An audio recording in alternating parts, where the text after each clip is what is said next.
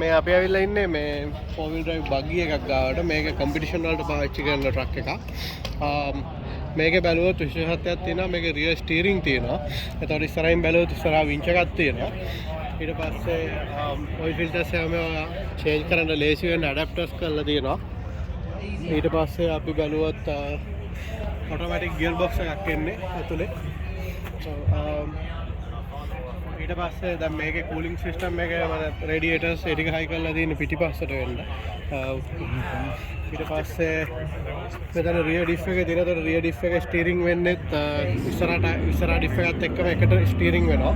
මේක හදලා තියෙන මෙතන හයිඩ්‍රොලික් සිස්ටම් එකකින් තමයි රියර් වීල් එකේ ස්ටියරින් වෙන්නේ.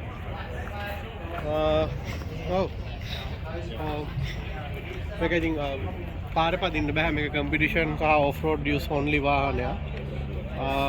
දෙන්නෙක්ට යන්න පුළුවන් ඇතුලේ. ඩ්‍රයිවර් සහ ඩ්‍රයිවර්ගේ ගයිඩ් තමයි සාමාන්‍යයෙන් කම්පිටිෂන්ස් වල ඩිප් එක පාවිච්චි කරන්නේ. සුපර් චාර්ජ් එන්ජින් එකක් තියෙන්නේ. එන්ජින් එක නම් මොකක්ද කියලා මට හරියටම විශ්වාස නැහැ. හරිම සරල විදියට හදපු ක්වොලිටි වාහනයක්. අපි ටයර් එක බලුවොත් එහෙම මේකේ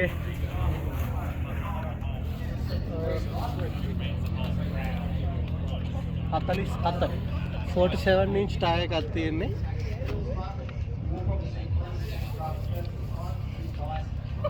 17 inch.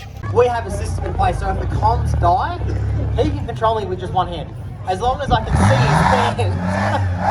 Yes, Jim from Jim's Navigation did say on the social things they have a 2-finger for rear. For rear, and one for the front for the steer, and then obviously point. The hardest thing generally is, and you'll see it on some of the vehicles, they actually have left and right printed on them, so that the navigator, some of the driver and passenger Glenn. Front and right. But anyway, because quite often your left isn't their left. Well, that's right, and actually it's the other left. Well, okay, here's a shining example. Matt, the owner of the car and the driver, is actually sitting on the what we would call the passenger side. So that's the near side.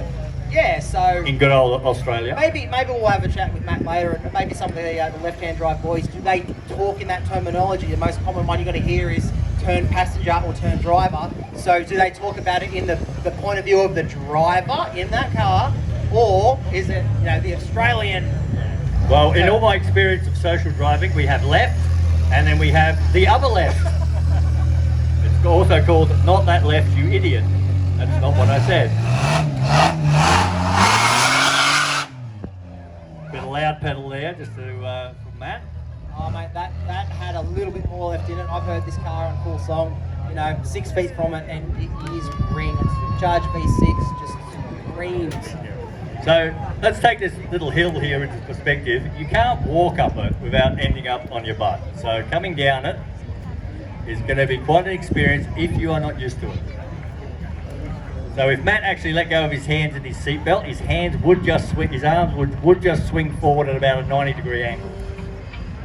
I wonder if he's going to, Mr. Rietzmer is actually going to attempt gate 2 for this course the opposite way. I mean, it is a drivable line in this messy conditions, maybe not so much. No, I don't think he is. I mean, it is a ride along, we've got to be kind and timid to a point. Yeah, it's a ride along, not a scare along.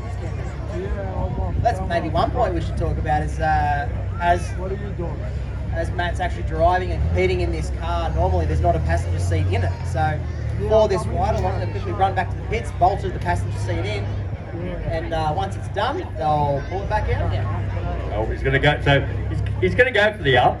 Let's see if he goes all the way up. So the issue with this is, at this point, the front gets very, very light.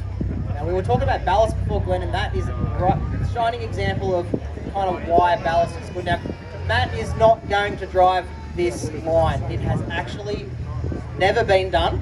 No one has pulled up like straight up that drop before. But what we're doing is obviously, showing our punter, Matt, what these kind of cars are doing, and giving them the experience of, literally sitting on your back on the seat like that. And this is where your comms is so important, because obviously, as you can see, Matt's basically facing the sky.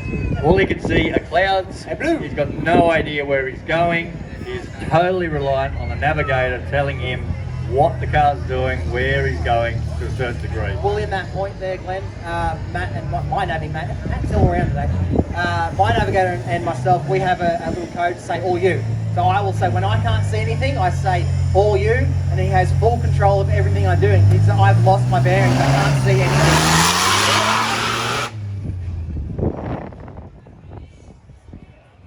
Okay, so now it looks like Matt's going to take him up the other line, the gate 1 from Modified and from Legends. Again, not this type of vehicle, not that big a deal, but again, if you're not used to it, totally different. You're not getting your 80 series Land Cruiser up that, I don't care what you say.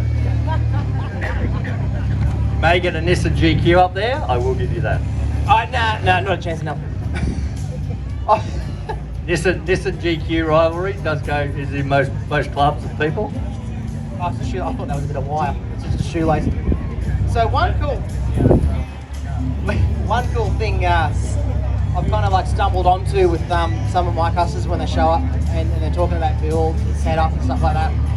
And we do like to try, and my business, we like to try and refer back to these things as like what can be done, so to speak. And the one thing I've stumbled onto in the last 6 months is you're talking about, say, okay, this car we're looking at right now. We'll compare that to your Nissan Patrol parked in your driveway. We have a motor, we have a gearbox, we have a transfer case, we have disc tyres. It's the same fundamentals on both worlds. But, say your 4-inch lifted Patrol on 35s is going to actually have a larger or taller belly height than Amy here, and look where we're driving. Yeah, probably something for the younger guys out there. Height isn't everything, people eaters. No, that's right. Back in the day, that's how it used to be. But people are figuring out how to improve cars. And, the biggest thing is capability, response. You don't want a big flexy floppy Magoo car to drive onto a step and then just kind of go. It doesn't do anything except make it look kind of weird. 24 inches of lift, getting you nowhere. Yeah. So it's just that, I guess it's a food for thought aspect. You're talking about two different vehicles, same fundamentals though.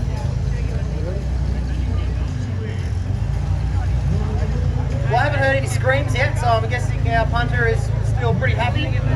Oh, looks like we've got Teeny's car in here, getting ready for Sean and Jocko.